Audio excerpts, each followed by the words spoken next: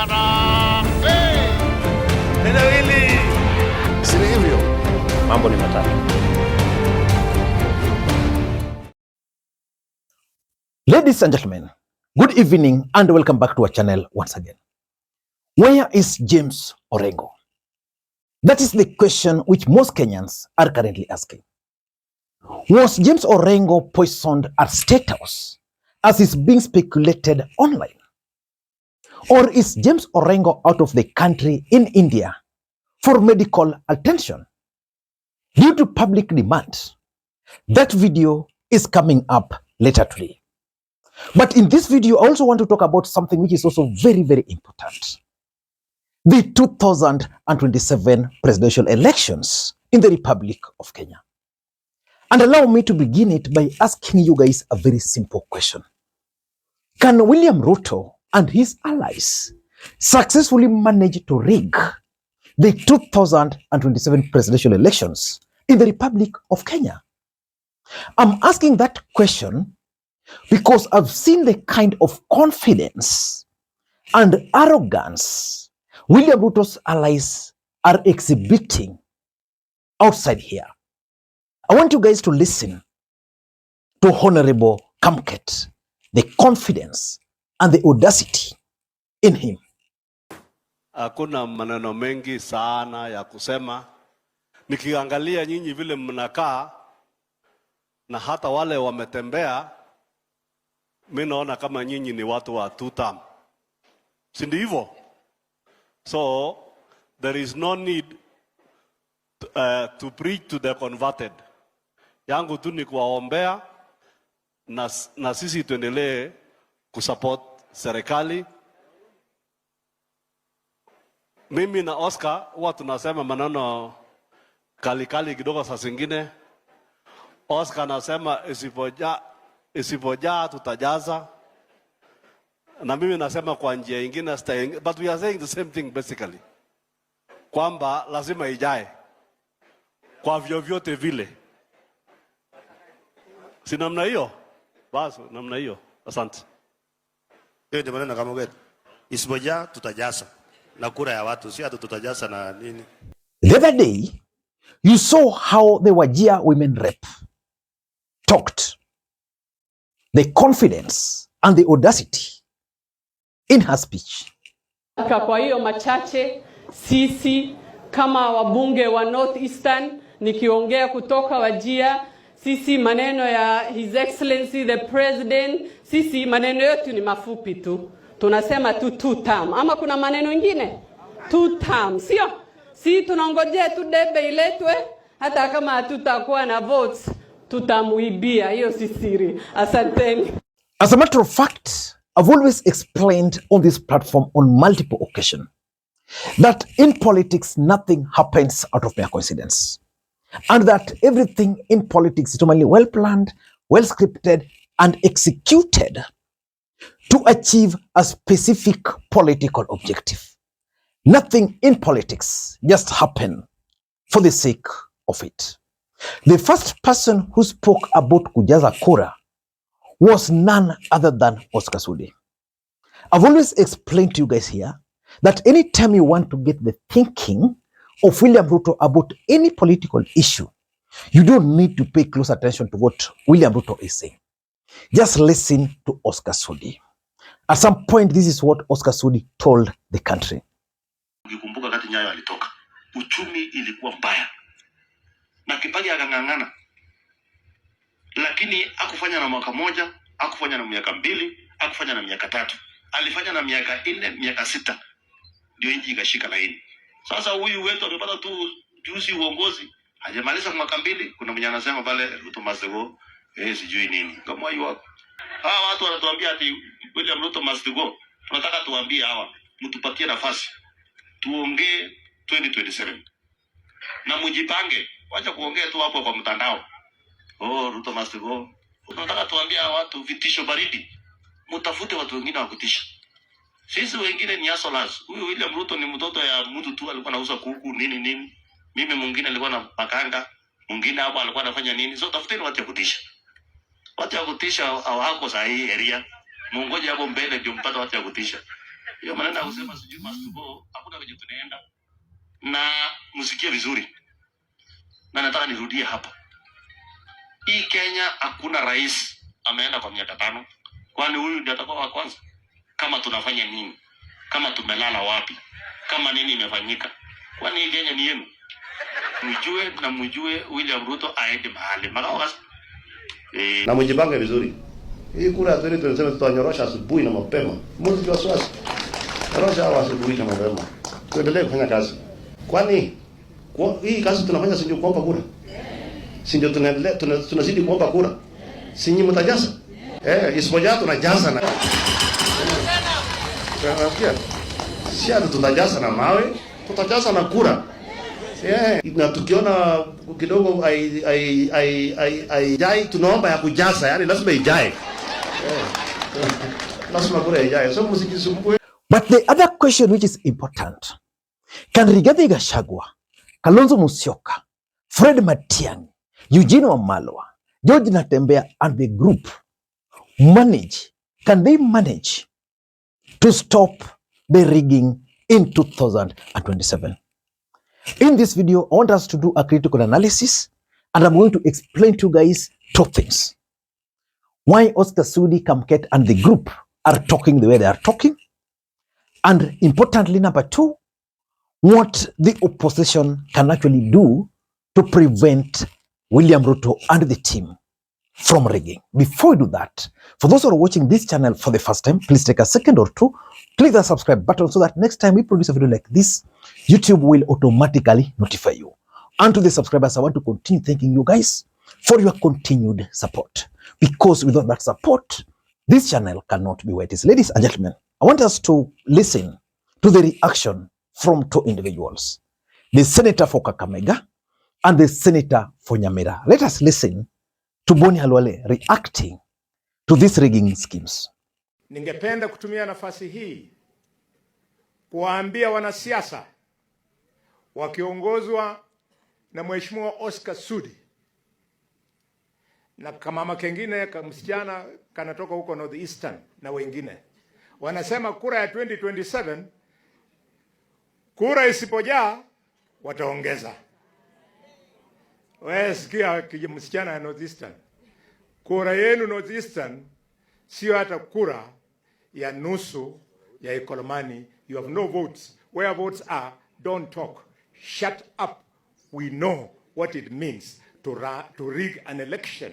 Is an experiment which is very, very dangerous. Oscar Sudi ubanwasoma bulei bera na kuchip. I therefore want to appeal to the commissioners of IEBC, led by Ethukon, your new leader, na nyinyi ambao mko hapa, muhakikishe kwamba the election to be free and fair. And Okongo Omogeni, the senator for Nyamira, I think gave an elaborate take on the matter because he's a senior counsel, one of the highly respected lawyers in the Republic of Kenya. Listening to him. I don't take the pronouncements by Kamket lightly. I sense that the UDA brigade is sensing defeat, because when you start telling people that we are going to do ballot stuffing, it means that you are sensing defeat. And I've been involved in a number of election petitions. Ballot stuffing happens. I'm sure my good friend here will tell you. That's why oftentimes you'll find situations where the court will say, we need the ballots here, we need to do scrutiny. I don't know whether you remember what happened in, I think that was 2007, in the Georgia parliamentary by-election, where the returning officer was ordered by the court to bring the ballot boxes to court. And they said, I'm sorry, I don't know where to find the ballots. Because he knew that if the court was to go through the ballots, very, very shocking things could have been found there. So when somebody tells you that we are planning to do ballot stuffing, don't dismiss them. That should be a warning shot to the IEBC that there are people out there who are planning to rig an election.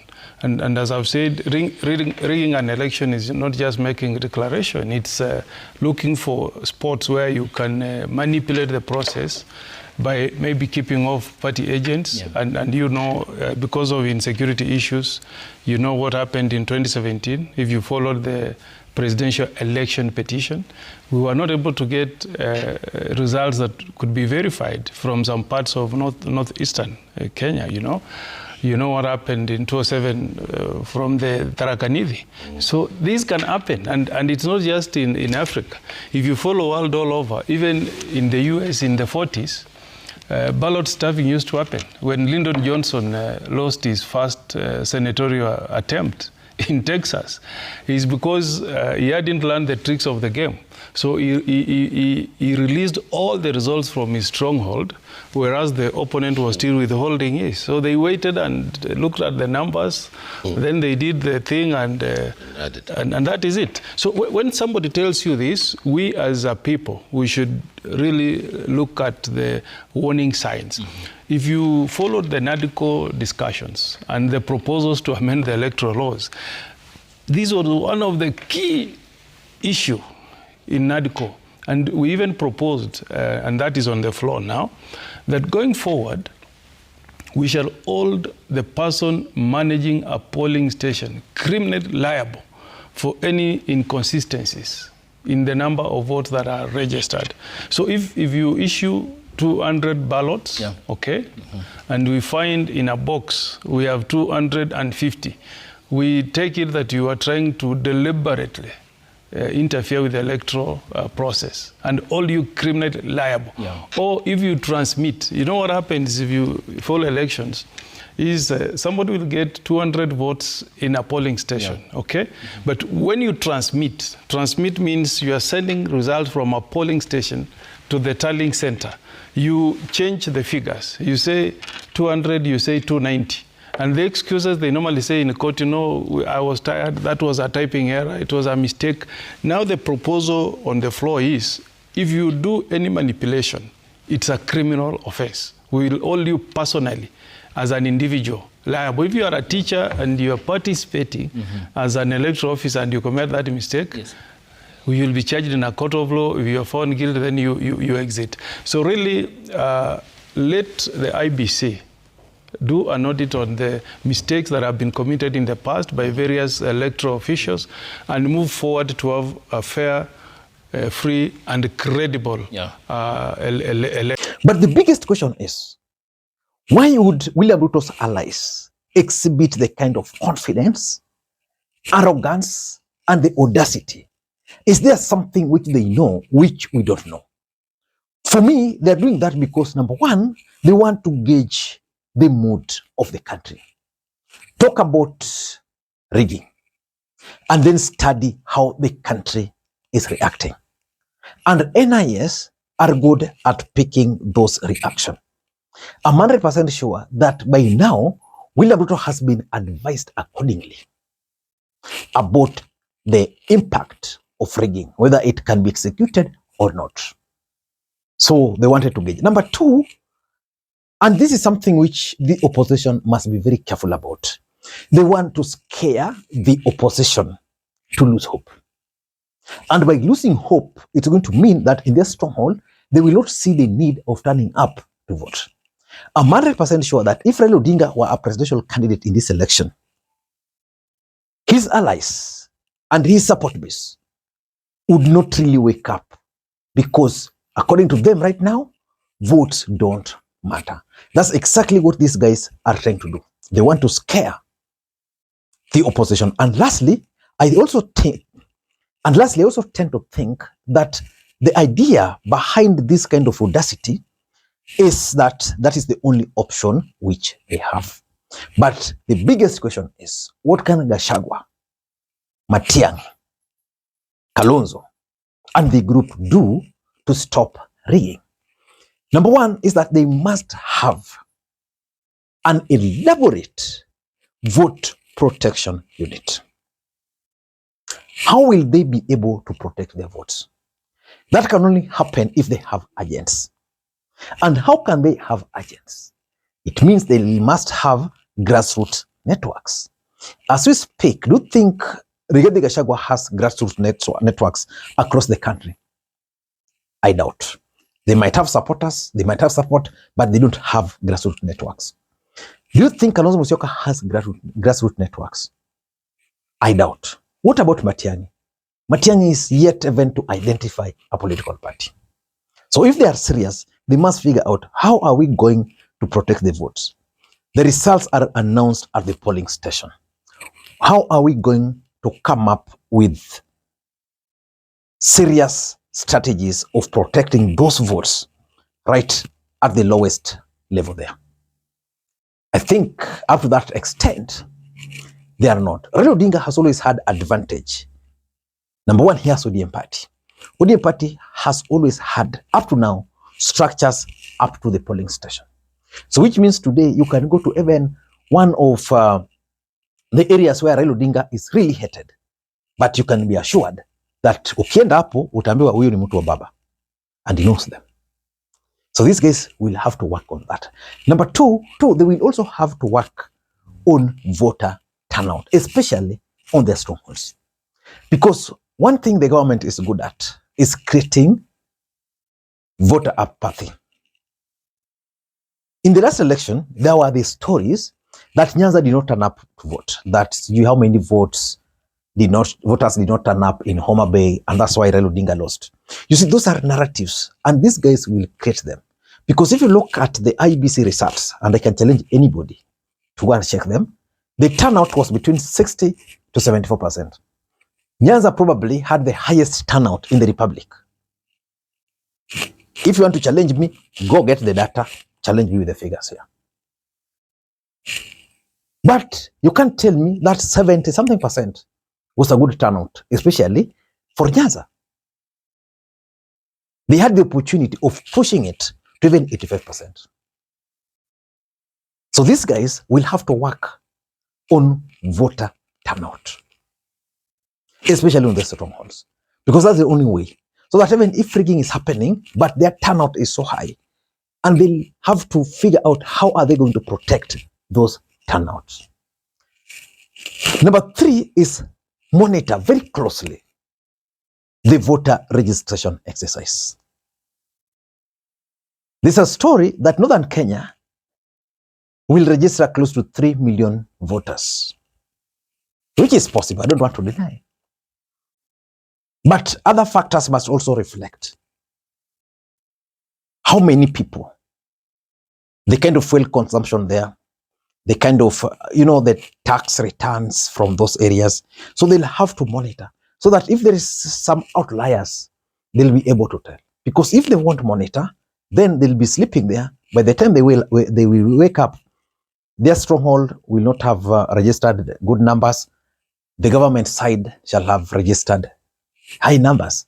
And those would be the basis for them to be defeated. And lastly, the only way to defeat William Ruto by this group is for them to unite. I've always said, and I'm repeating, if this team will not unite, they should not waste their time campaigning against Ruto, because Ruto is not a pushover. Ruto defeated Raila with the support of Uhuru Kenyatta. Until next time, this is Makwiny. Bye-bye.